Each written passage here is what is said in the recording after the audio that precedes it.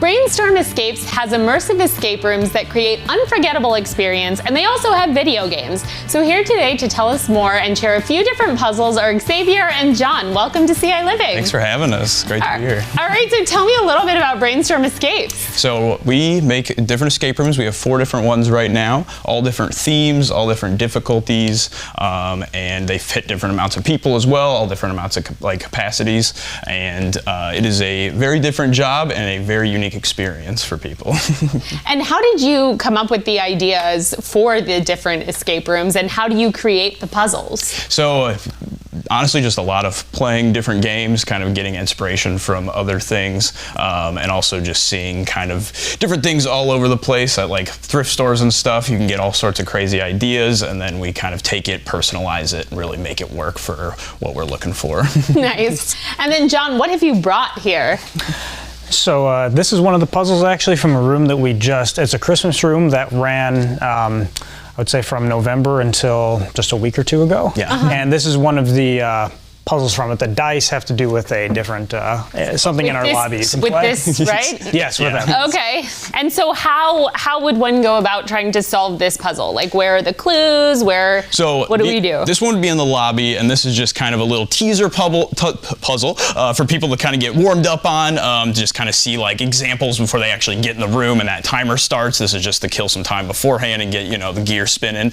So for this, all 4 of these dice are here, and there is a different side on each of these dice that is important to go to this. I see. So this one's a bit of a gimme because this is a purple dot and it has the X on it. So there's that one. So, and it says third, so I imagine I would hit this button third. Yes, but there's also, since these 2 little like braille dots on here to show the 2, the dice is on 2. So that kind of gives you an idea for the other ones. So since this is yellow with the single dot, there's a yellow with the single dot, and then there is a red with 4, and then finally a blue with 3 here, and then you were right, yep, And so ultimately, first I would hit the blue button. Yep. Then I would hit the yellow button. Yep. Then I would hit the purple button. Yes. Then I would hit the red button.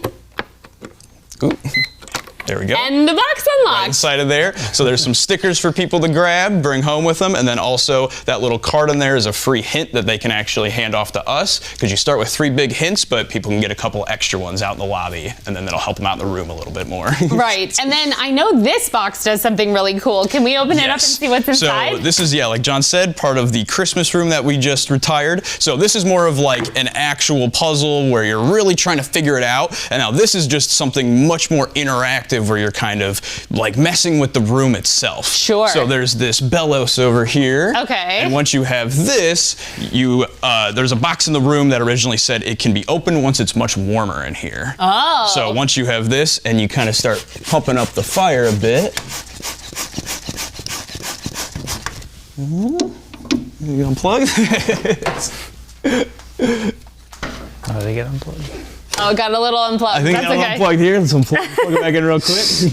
Technical difficulties, but we'll get there. There we go. All right, so as you pump that, you can see that the embers start glowing on the bottom there. How cool. Look at that. Oh my gosh, that's amazing. And then in the back there's Carol, and then there's a lock in the room that was for Mrs. Claus's name. So now you've discovered her name is Carol, and that goes right into the lock there. That is fantastic. I love escape rooms so much, kind of going from one puzzle to the next puzzle to the next puzzle. Yes, yeah. And then, John, you guys had mentioned that you also have some video games, or video games are coming soon. Can you talk a little bit about that? Yeah, so it's just another extra thing we're going to be having in our lobby for people to be playing with. Hopefully, we want like a QR code, like shared experience sort of thing that people will be able to do and talk about. And when you come in our lobby, you'll just be able to scan this QR code and be playing something on your phone. And just another waiting thing that should be fun.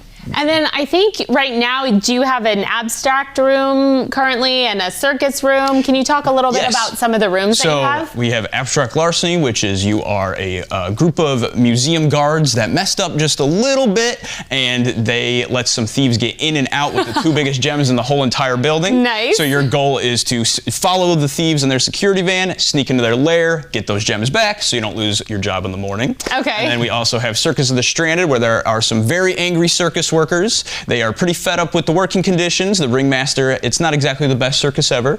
So they have secretly hired you to get in there, find their contracts. There's only one copy of each. Once you have them, you tear them right in half to win. And then also the family curse, which is you are going to your aunt's house. She's invited you there for a visit. Upon arrival, she's absolutely nowhere to be found. As you kind of start looking through her stuff, you start realizing this curse she's been ranting about your whole life is much more true than you ever thought. So you're trying to help her out and break that curse. And then finally, the Swan Song room is our hardest by far. 5 out of 5 difficulty with like a 10 to 15% success rate, so that is the real challenge room. That is a professor who has accidentally created and then infected himself with the zombie plague. So one second he's in a full primal rage destroying the office, the next second he's still having lapses of sanity and doing everything he can to cure himself. So in that one you're just trying to figure out exactly what's happened to him.